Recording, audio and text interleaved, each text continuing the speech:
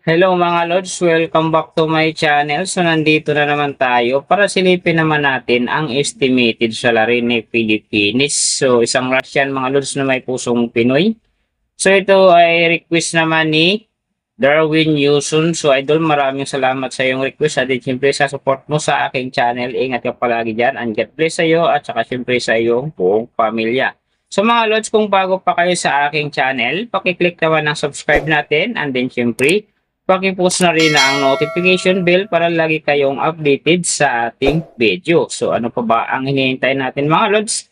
Let's go!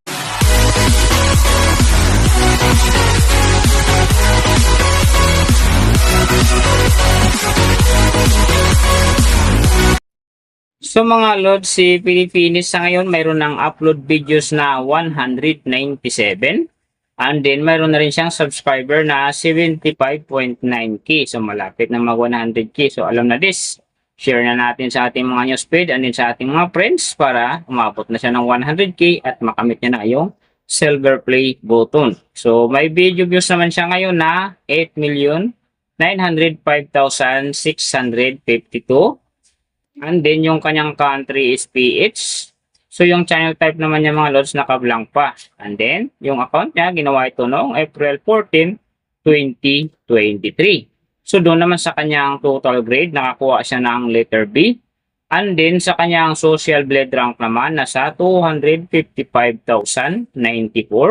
So, doon naman sa kanyang subscriber rank, nasa 2,716. And then, sa kanyang video views rank naman, nasa 1,109,330. So, doon naman sa kanyang country rank, nasa 1,187. And then, sa kanyang channel type rank, same pa rin mga Lods, naka-blank pa.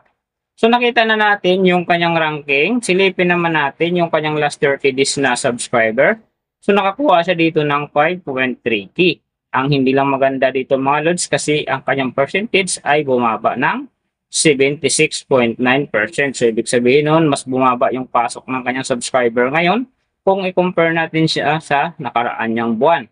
So, doon naman sa kanyang views mga Lods in the last 30 days, nakakuha siya ng 1.38 AM views. So, hindi rin maganda ang kinalabasan kasi nga ang kanyang percentage dito ay bumaba din ng 57.4%.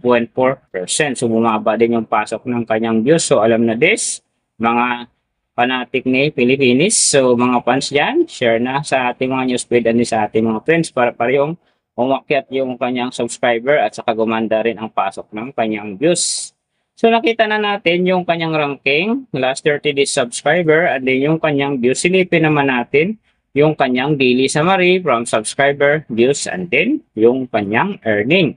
So, sa kanyang subscriber mga Lods, simula nung June 6, hanggang June 9, nakakuha siya ng 200 bawat araw.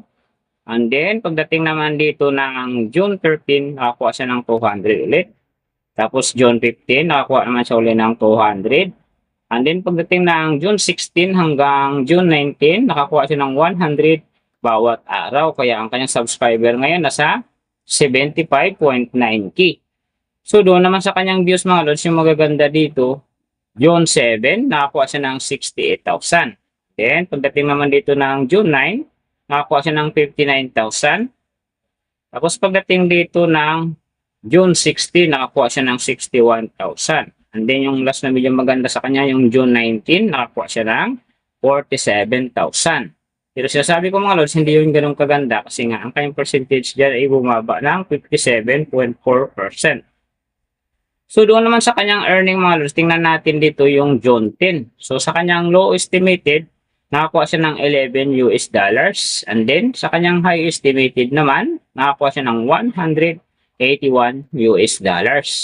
So, ang mga yan naman mga Lods, daily summary lang, mas maganda kung silipin natin yung naka-round off na from daily, weekly, and monthly para malaman na natin kung magkano na ngayon ang estimated salary ni Pilipinas dito sa YouTube.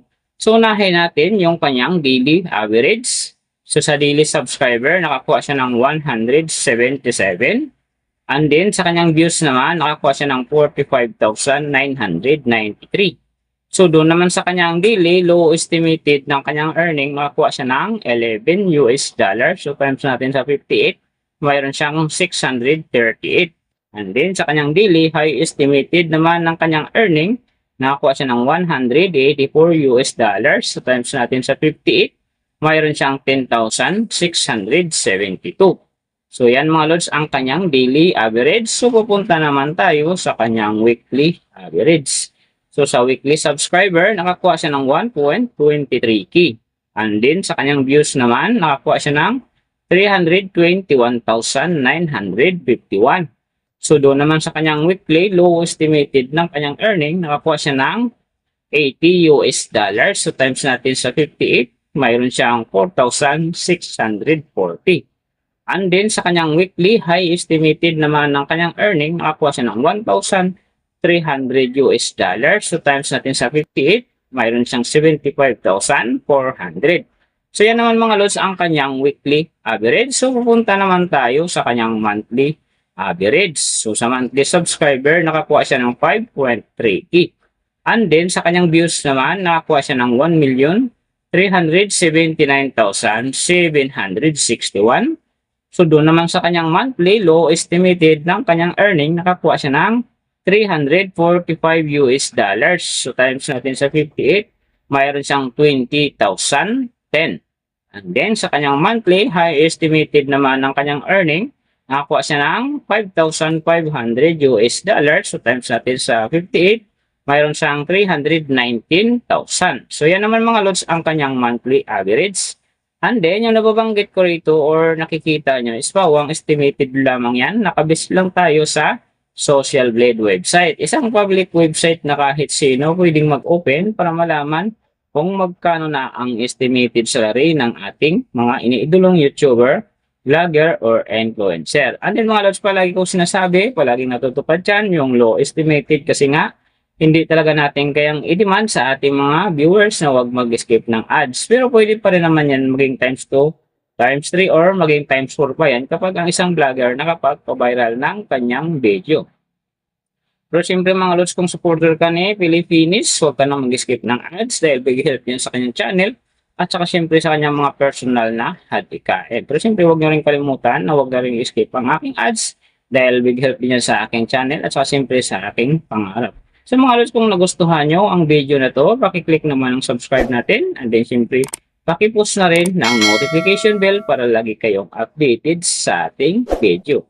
So big thank you sa lahat ng mga sumusuporta sa aking channel. Saka magsusupport pala. Ingat kayo palagi. And God bless. At sana gabayan kayo palagi ng Panginoon sa ginagawa nyo araw-araw. At siyempre magtagumpay din kayo sa inyong mga pangarap. So hanggang dito na lang. See you on my next video.